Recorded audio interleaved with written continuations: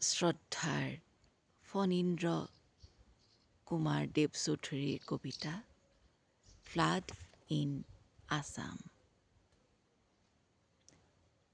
হেৰি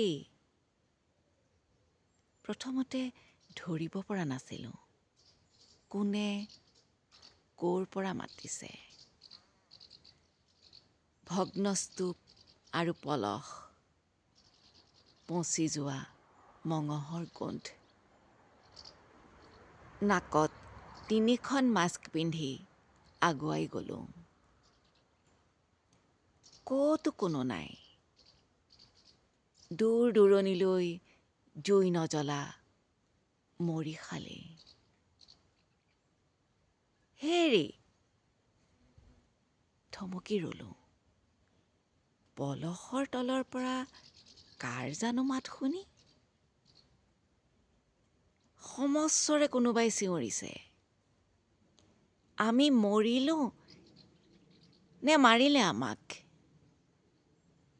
আমি মৰিলোঁ নে মাৰিলে আমাক? আমি মৰিলোঁ নে মাৰিলে আমাক? উত্তৰ নাছিল।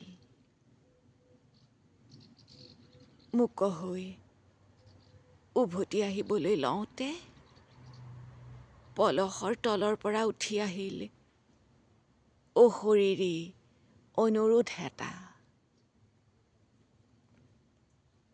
ফলক এখন আঁৰি দিব ইয়াত পিছৰ প্ৰজন্মৰ বাবে, য'ত গোট গোট আখৰেৰে লিখা থাকিব, তোমালোক যেতিয়া উভতি যাবা সকলোকে গৈ ক'বা, তোমালোকৰ পূৰ্বপুৰুষৰ লালসাই আমাক ইয়াত পুতি থৈছে।